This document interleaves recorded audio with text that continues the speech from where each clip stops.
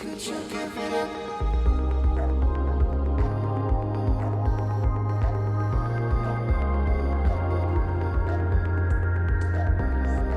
Hi everyone, good morning. We are back once again to do a little day in the life.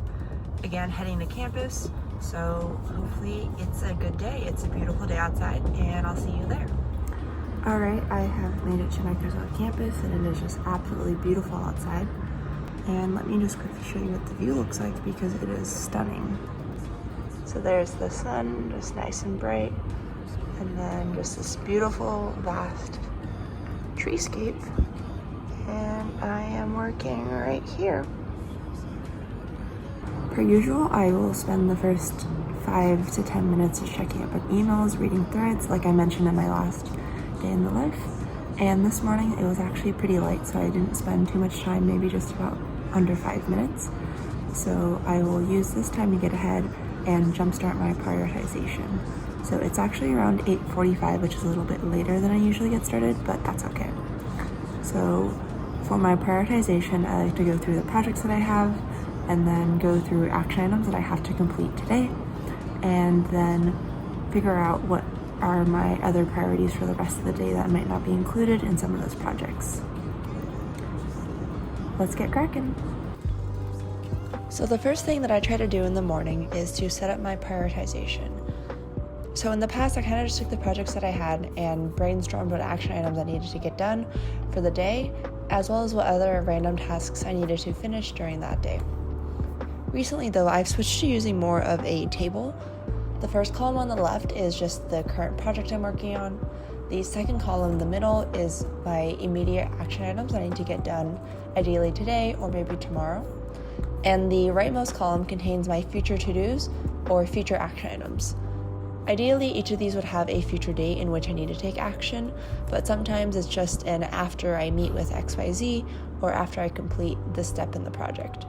So those are a little bit more variable and up in the air, but basically I can just copy paste this table from day to day, or you can also just keep it in one single Word doc that you are constantly modifying.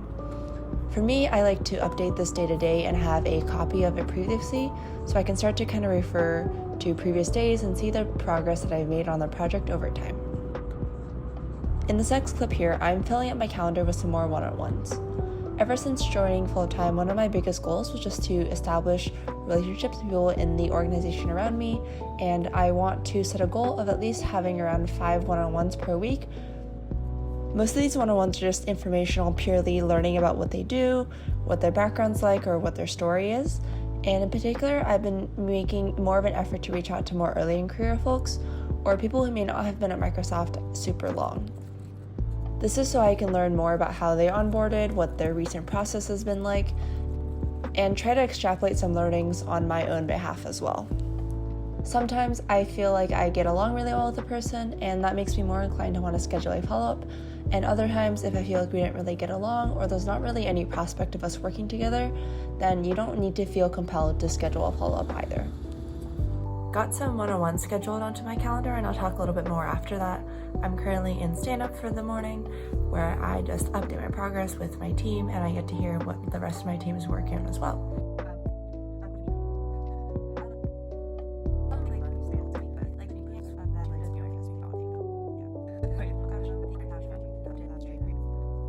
Alright, I wrapped up my stand-up for the morning. I always enjoy that meeting because it's pretty lighthearted, and so it's always a good start to my day.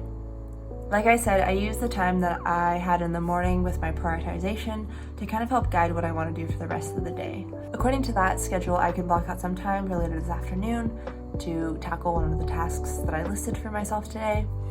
But otherwise, I do want to start to fill up my calendar a little bit more. This week was pretty light, and looking forward to next week, I also don't have too much obligations planned, and I want to fill up some of that space with just more one-on-ones to get to know people, network, and learn more about what other projects are supported in my organization. So in addition to my kind of plug for networking today, I also wanted to talk about career goals and finding fulfillment in what you do, and I'll tie that into networking. So when you go ahead and network, you get to learn more about what people do, obviously, and with that, you can learn more about the kinds of interests or work that you might be interested in. So as someone who's new, I don't have a great idea of what's out there in industry and the kind of tasks and work that you can get involved with. And so one of my goals for when I do network is to just generally educate myself more, learn about what the organization supports, and also just kind of branch out and see if I have any interest in some of these as future opportunities. Now, obviously, since I just joined the team, I don't have a huge interest in switching teams either, but it's never a bad thing to educate yourself and learn more about what's beyond your team, because that's how you get to become more of a team player, and that's also how you get to work with more people outside of your immediate team, or how you can get involved with future opportunities because you'll be a familiar face and your name will get recognized more than other people who may not have interacted with that team or people on that team before. With respect to fulfillment and work, again, this helps you narrow down and focus in on what you want to pursue and can give you some good ideas or advice on how to get started in pursuing that specific topic that you might be interested in. And who knows, you might find someone who might be a subject matter expert or SME in a particular topic that you've always been wanting to explore more about, and they can be a great resource, mentor, or general guidance for you when you're moving forward in your career or just pursuing more about this particular topic. If you ever want to set up a follow-up though, having interest in a similar topic and doing more research on that is always the best way to just have a natural flowing conversation. Otherwise, you can find it kind of difficult to just sit there and trudge through the basic small talk questions over and over again before you feel like you're wasting their time and also wasting your own time. In other news, I have about 30 minutes to kill before my next meeting, which is just a one-on-one that I scheduled. I will probably look to get a head start on that task that I'm hoping to get done by the end of this afternoon. Hi, how's it going? I'm doing well. How have your first couple of days been? I know they're not super exciting, so.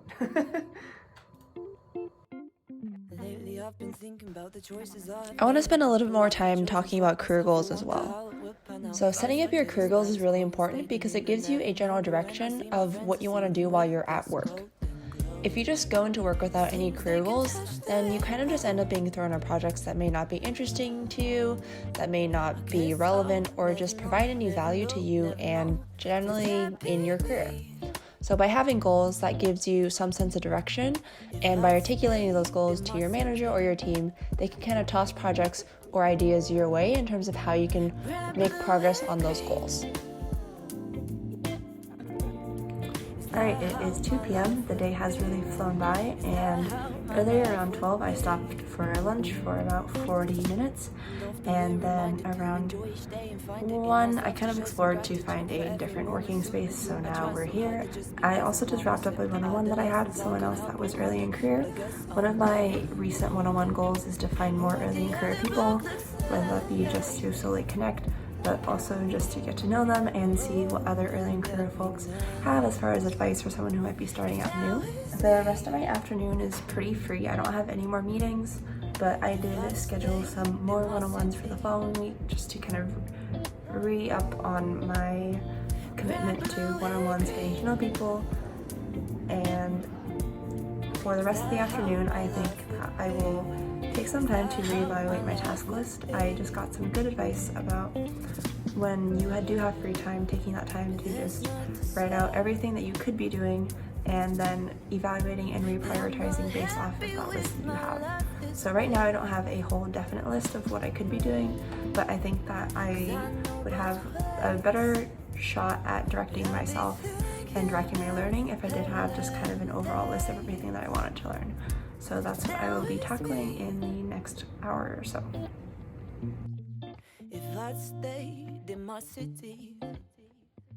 I'd also recommend splitting up your goals into short-term, medium-term, and long-term goals if needed, because having short-term, medium-term, and long-term goals means you can all start to coalesce towards one ideal vision of what your career should look like or what you want your career to look like.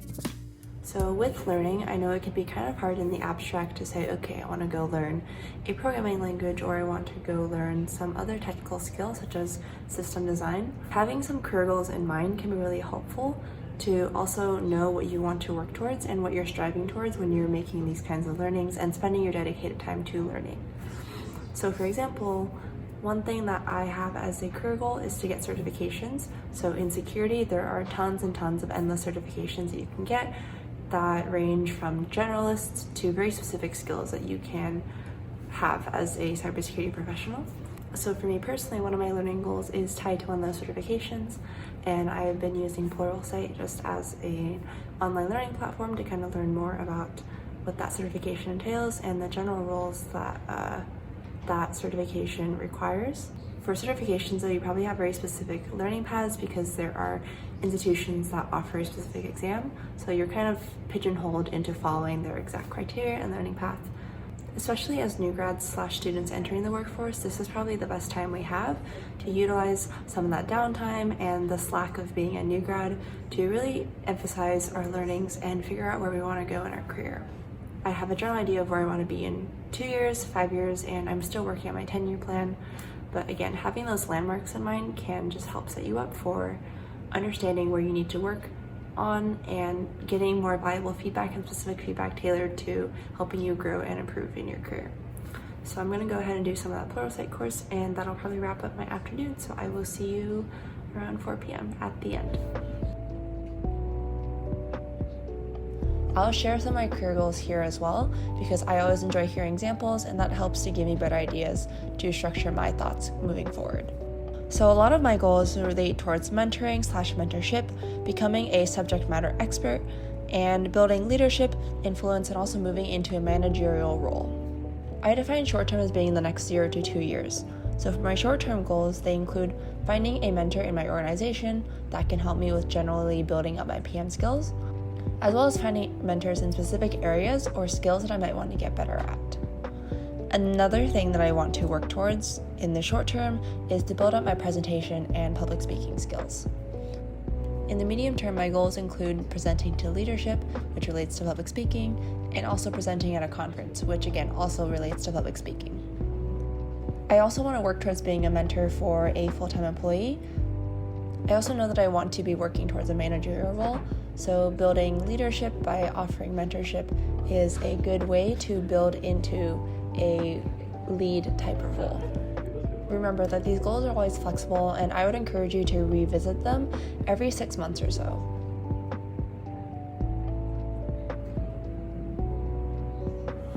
Excuse the elevator, but that's a wrap on another workday.